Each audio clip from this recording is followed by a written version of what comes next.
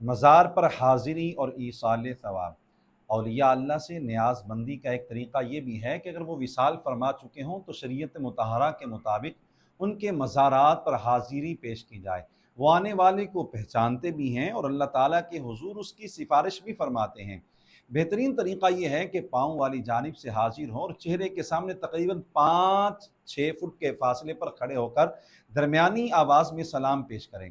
پھر حسب موقع بیٹھ کر یا کھڑے ہو کر ایصال ثواب کریں اور صاحب مزار کے وسیلے سے رب تعالیٰ کی بارگاہ میں دعا مانگیں۔ جب واپس جانا ہو تو سلام کر کے پاؤں والی سمت سے ہی واپس آ جائیں۔ تحفہ دینے سے محبت بڑھتی ہے اور اولیاء کرام علیہم الرحمہ سے الفت کے اظہار کا بھی یہ عمدہ طریقہ ہے کہ انہیں تحائف پیش کیے جائیں۔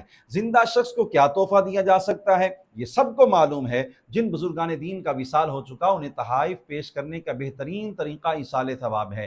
ایصال ثواب کا مطلب ہے ثواب پہنچانا، یعنی بندہ کوئی ایسا نیک عمل کرے جس پر اللہ تعالیٰ اجر و ثواب عطا فرماتا ہے، پھر دعا کریں کہ الہی تو نے جو اجر و انعام عطا فرمایا وہ سب ہماری طرف سے رسول اللہ صلی اللہ علیہ وآلہ وسلم کو اور آپ کے وسیلے سے انبیاء کرام علیہ السلام کو، پھر فلاں فلاں بزرگوں کو عطا فرما۔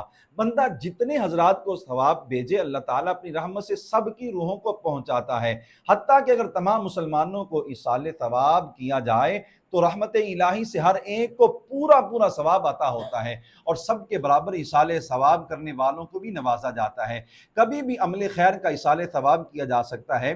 بہترین ایصال ثواب وہ ہے جس کا فائدہ سب سے زیادہ ہو۔ چنانچہ اولیاء کرام سے اظہار محبت کے لیے مختلف طریقوں سے ایصال ثواب کرنا چاہیے اور جن امور کا دینی فائدہ زیادہ ہو انہیں ترجیح دینی چاہیے۔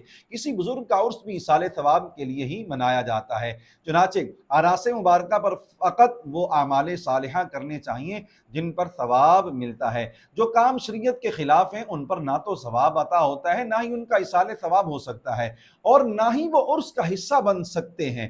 خلاف شریعت کام پر تو گناہ ہوگا، پھر بزرگوں کی بارگاہ میں کس چیز کا تحفہ بھیجیں گے؟ نیز کیا وہ گناہ کے کام پر خوش ہوں گے؟